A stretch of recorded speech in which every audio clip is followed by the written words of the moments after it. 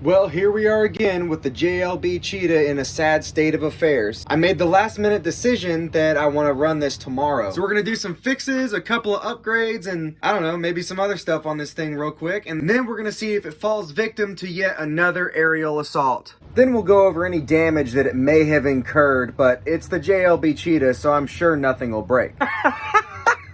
First, we're going to try to reinforce the body with some of this cheap truck bed liner. Here's the state of the old body. And if you could give that thumbs up button a quick tap for me. This will be method number 5 of trying to find the best body shell reinforcement option that is also quick and easy to apply. But make sure you use this in a well-ventilated area. We're just going to clean the body up a little bit, spray one coat of this stuff on, and then we're going to let it dry and hope that it's dry by tomorrow morning, and we'll see how it does. We're going to attempt to put some thicker fluid in the shocks. I've been told that these caps are really hard to get off.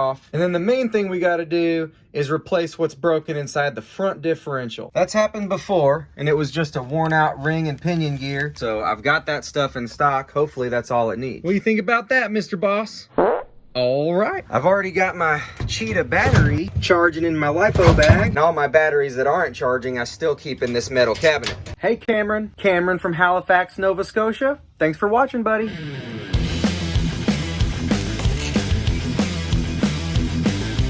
You only have to remove the front 3 to gain access to the differential.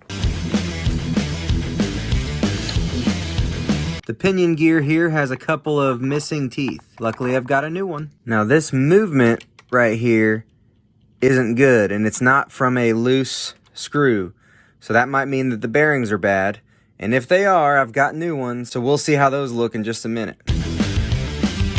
Yes, these teeth are horribly chewed up. Look at that difference. So I did find some chipped teeth on the ring gear. We're definitely going to go ahead and replace that. So the pinion bearings did go bad, and that's what caused all this mess. So we're going to go ahead and replace those. But this will actually be the second time we've had to replace these bearings in the front. To get to those bearings, I first got to remove my chassis braces.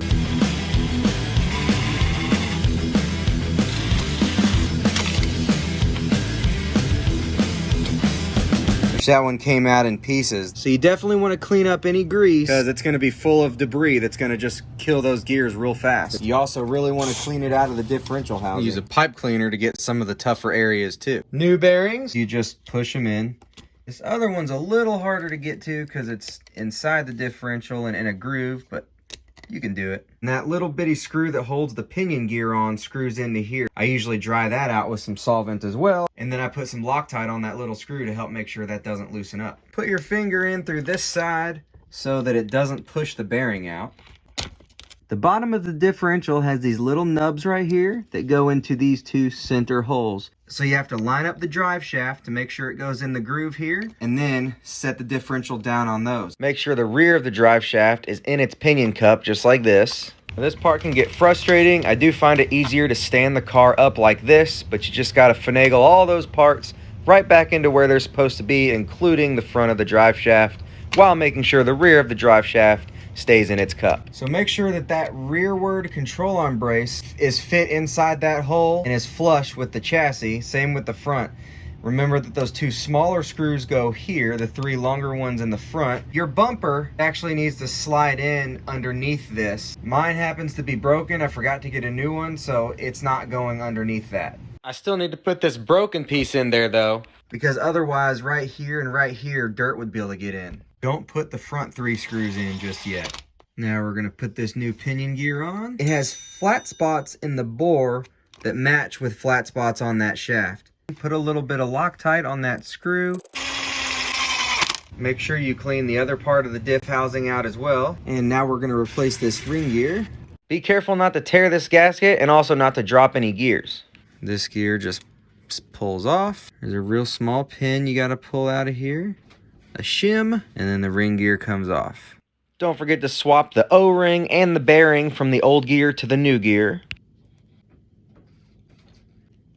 Make sure your gasket is perfectly lined up with all the screw holes. Just be real careful when you're doing that because it's easy for that gasket to come out of line and get pinched or torn, and then it's not going to seal. And it may also cause the ring gear not to seat flush with the gearbox and cause a wobble that'll eventually wear the gears out quicker too.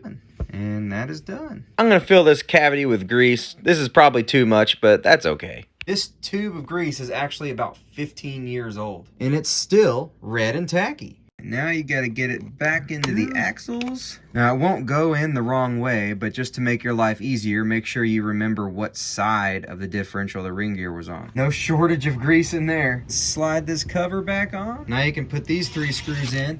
Send these 2 the rest of the way. I also have a new bumper squisher to replace this broken one with, because that's definitely not really working anymore. Even though the bottom of the bumper is broken, I'm still going to install it, but I'm going to use some beefier screws because the ones that it comes with, they always fall out. I got that bumper on there. I just noticed that I actually have a crack in the chassis. One way to help keep a crack from continuing to split is to drill a hole right at the end of the crack. So thank you, Brad, for that tip. I did it at the other 2 ends of the crack as well. And I'm going to put some super glue in here when I'm finished doing the rest of this stuff. Got my chassis bars back on there. Now we're gonna take off the shock caps. Hopefully, I think I'm gonna throw some 50 weight oil in them and then replace this bent standoff bolt. We're gonna give this a twist, and that came off extremely easy. Yeah, so this shock is actually pretty full of oil. I've had people report to me that their shocks were completely empty. That didn't seem to make any difference at all. So those shocks are oil filled, but they're not really oil operated. I'm just gonna put the original fluid back in and we are set for the good stuff. I'm also transferring these body clips over to the new body. All you have to do is follow the instructions and drill a small hole, and these things are worth their weight in gold. Not that they weigh much. This is almost completely dry. To help prevent all this marring right here, where the shock mounts actually pushed through the body, I'm gonna hot glue this piece of foam right here in front of these body mount holes. It's bashing time. Here we go.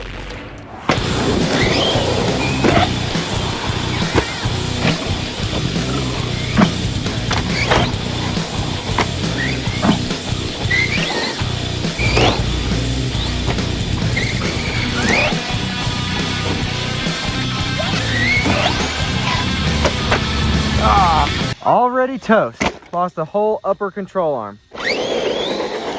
Now that did not go well. First off, the body cracked already. That was seriously less than 5 minutes running this thing. And the body broke. Not only here, there's also a big crack right there. And it went all the way through. A little split right here. And of course we have breakage right there we'll go over. This pad helped to do its job. I recommend doing that. There's no push through, but you can tell where the hot glue kind of deformed the body, so be careful doing that. What broke back here was the upper control arm and also this tie rod link. That's our first breakage of a control arm on this car. Our super glue on the chassis seems to be holding up well. So like I said, I put too much grease in there. A lot of it came out. If that happens, it's definitely best to wipe it away because that will attract dirt. Now, if you notice the drive shaft here going straight, and then all of a sudden when it gets over here to this differential cup, it turns up a little bit.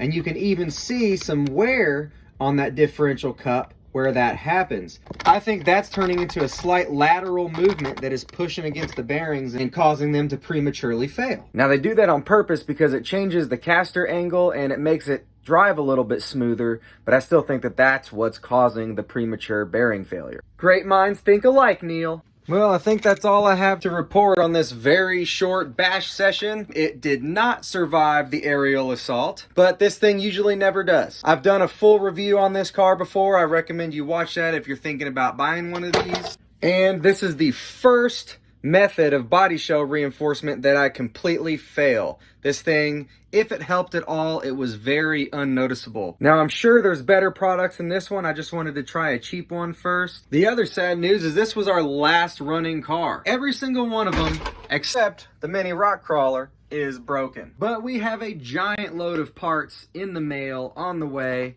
Hopefully they'll be here like this week, I guess. As always, thanks for watching.